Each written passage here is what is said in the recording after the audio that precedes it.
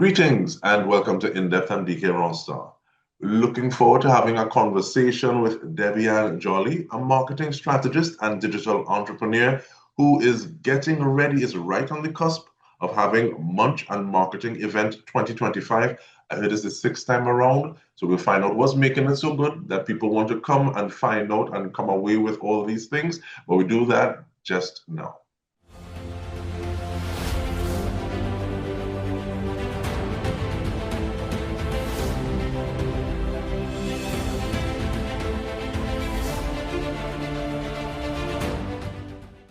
Welcome, Debbie. How are you doing? I am great. How are you doing? I'm all right, thank you. And I want to find out a little bit more about Munch and Marketing because that sounds like you have good eats and you have networking, but all to what end? What's the purpose of it? Oh, the purpose is that I created it. It has evolved. I created it primarily for entrepreneurs. About 7 years ago, we had a little break with the pandemic, but we got back on track. But the idea was really to help entrepreneurs with marketing and really building their brand. And I think it's still a space where there's an overload of information. Persons have limited resources, so they're not too sure where to begin. And that was really the beginning of where I thought, what I wanted it to do. And you said it's evolved. How has it evolved? Oh, it has evolved because it's not just for entrepreneurs anymore, and it was quite localized. So it started off in a little boutique space in Curep with about 10 entrepreneurs. It has grown. We have had a hybrid version of it already. Open it up regionally. Um, it's still a boutique event, but the audience has changed a little bit. It is for entrepreneurs, but it is also for professionals who want to build out their personal brand and want to understand how to best position themselves, of course, in the digital space. And there's something to be said about boutique because sometimes you have this event that is so large that you can feel lost. There are these Yes, people yes. that, okay, I might want to reach out to this person, but everybody else talking to them. So being able to have this personal touch still, there's something to be said for that. But with that in mind, though, give me a little information about the logistics of the event. If someone attends, what are some of the things that they can expect? All right. So for this event, it's a virtual event. They could search for me online. They'll be able to register. We have four course speakers, so we're going to have an interactive session where you have these speakers that are presenting in specific spaces and specific topics, but it's also a networking event. So we're going to have some breakout rooms. It is called Munch and Marketing. So we're going to have a giveaway of food. So it's meant to, it's going to be informative, but I really like persons to come and enjoy themselves. I like the fact that you talk about core speakers. It makes me feel like it have extra, or as some people in Jamaica might say, it have brata. So Yes. there's some LinkedIn gurus as well, I believe. Yeah, well, I have some LinkedIn gurus who have pre-recorded some tips, and we are going to present that on the event day. All right. No, it's very interesting to me, and I want to ask though, if there's one reason that somebody should attend, what would that reason be? For anyone that is looking for clarity in terms of the next steps, in terms of creating their personal brand and or utilizing certain aspects of marketing, this is really the event for you. We're not going to overload you, but there are certain spaces that I feel entrepreneurs will have success easier. It's a low-hanging fruit. And those are some of the things that we are going to provide to participants who engage in the event. As technology has advanced, leaps, bounds, as you quint, uh, it seems as though there are our physical selves and our digital selves. Mhm. When you say personal brand, what do you mean? Yes. Uh, I want to suggest that your personal brand, the brand that you present online, is actually the same person that we meet offline. People feel as though that they have to be two different persons. But the truth is, if somebody gravitates to you online because of certain characteristics, then naturally they expect when they meet you offline for that to be mirrored. And so that's a sort of a space where I feel people also kind of trip up, like they feel they have to present their best selves online. And that's true.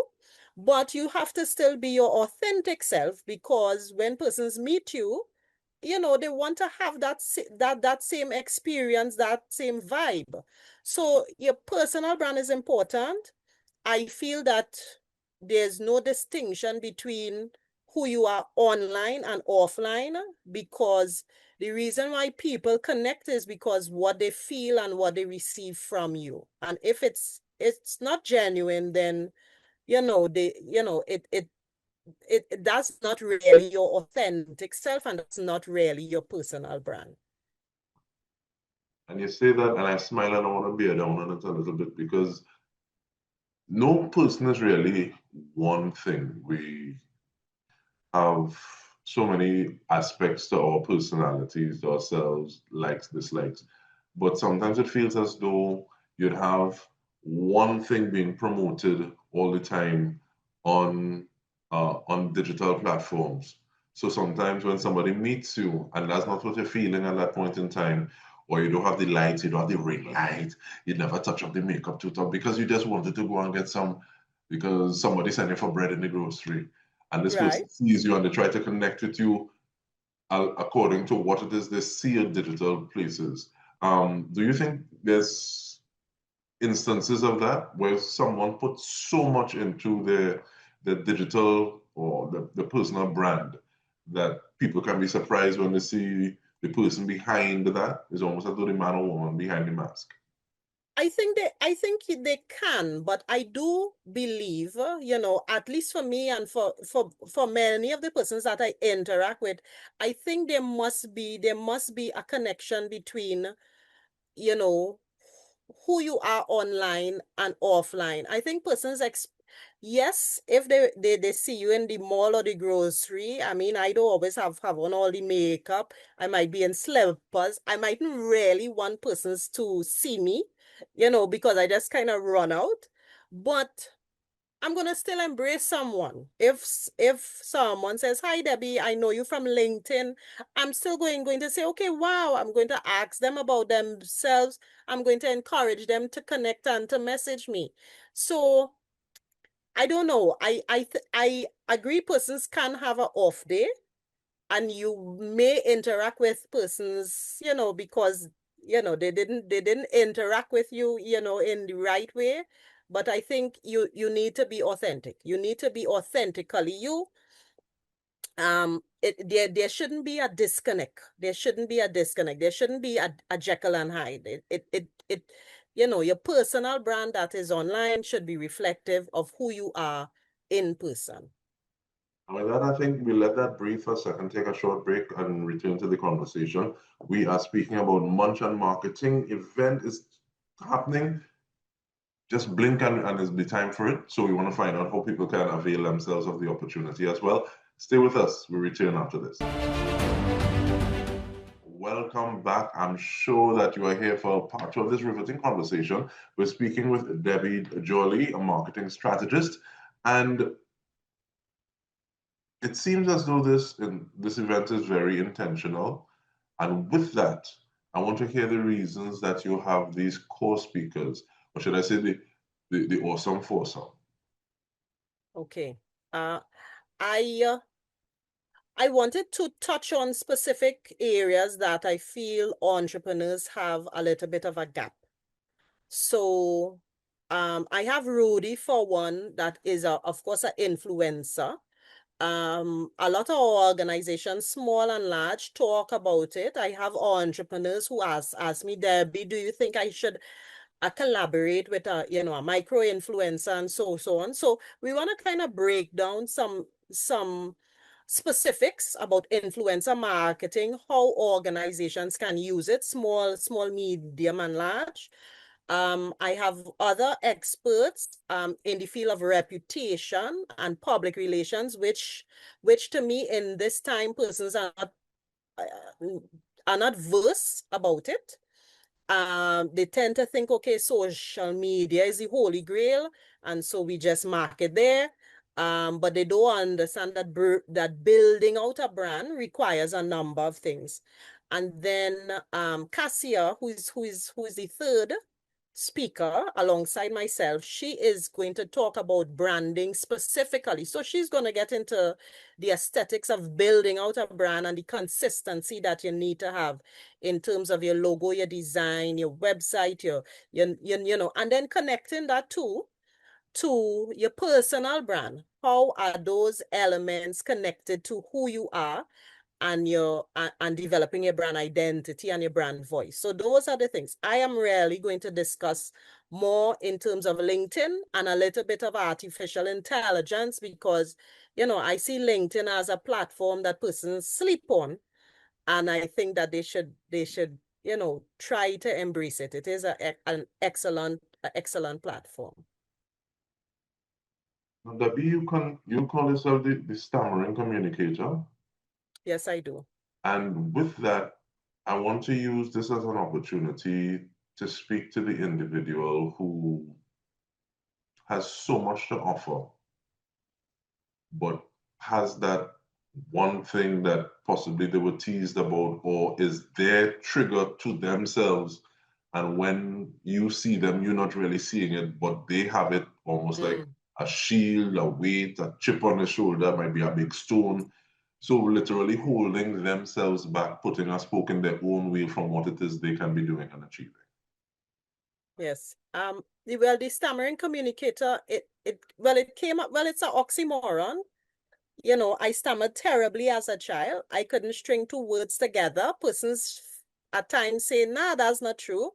I wish I had video recording at that time. But it's been a long journey. It's been, I would say, like a 20-year journey because when I got into adulthood, I couldn't be someone who liked marketing and the arts and not be able to command my voice. And so I put myself in spaces where I would have to use my voice. I got into teaching. I've been in teaching for 17 plus years.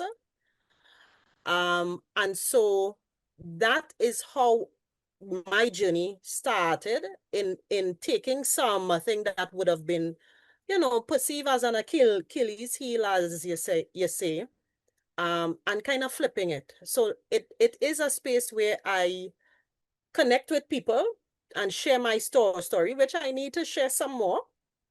But I think anything in life, some things can act as a catalyst, and it was a catalyst for me to do a number of things because, of course, you have persons who say, don't get into this because you stammer, or stay out of that, or get a safe job. I was told, go into accounting where I wouldn't have to speak to anybody. I was told this, and from persons who might really care about you in your space. But this is where you have to know who you are and how to propel your life in the space where you are happy with it. But someone can be full of potential, but that catalyst that you spoke about never triggers growth or direction in this position. So it's one thing to say, well, you can be wanting to do this and you can't do this. What was that catalyst for you? It's interesting. Sometimes I feel as a child, my parents never said I couldn't do things, and they never made it a problem. So even when I felt bad, and their response wasn't always the best response, but their response was, don't worry about that.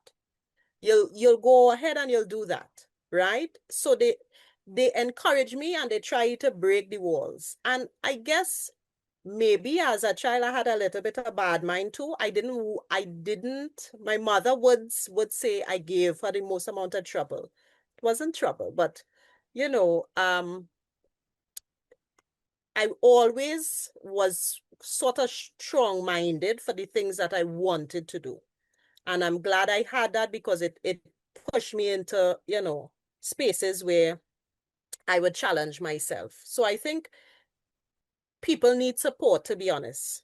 If you don't have the right environment, you need support. And then when you get to a space where you are an adult, I think you have to want that help. You have to see that you have some things to work out and reach out for help, or else you're not going to move in the direction that you want to. So, and you say that, and I get two things. One, just that strength of character in terms of that bad mind that you talk about. But I also get the importance of people in your circle, especially those that you look to, speaking Yes. life to your situation. One of the Yes. things that I'm learning the power now of the word yet, in the sense that I can't do it yet, which is very different from I can't do it.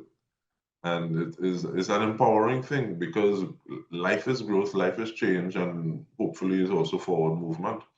Yeah. Yes. But talking about forward movement, let us move forward now because how do people be part of this? Was the registration process? He said is online. People still have the opportunity to register. Absolutely. We'll take it right down until this evening, I believe.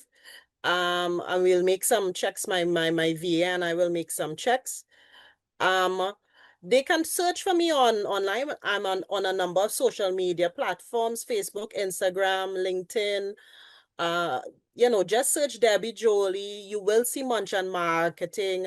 There is an event page. There are lots of content there, and they could get the registration link. And once they register as well, perhaps for those persons today, they can probably reach out on the WhatsApp and say, hey, they want to be a part of it. That might be easy as well. And the WhatsApp is 683-4928. All right, so we're looking forward to it. I'm looking forward to big things because one time or two times might be an accident.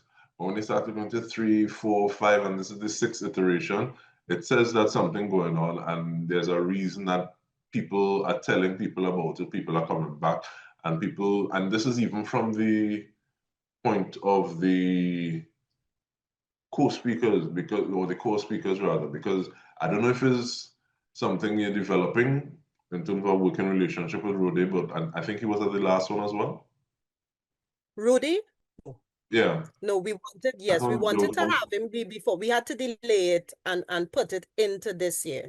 Deferred is not denied. Okay. Correct. Yes. We want to thank you very much for the time and wish you all the best in this endeavor because if you succeed, that means so many other people succeed. Debbie Jollie, marketing strategist. This has been In Depth with me, Dike Rostant, on behalf of the entire team. Thank you so much for joining us.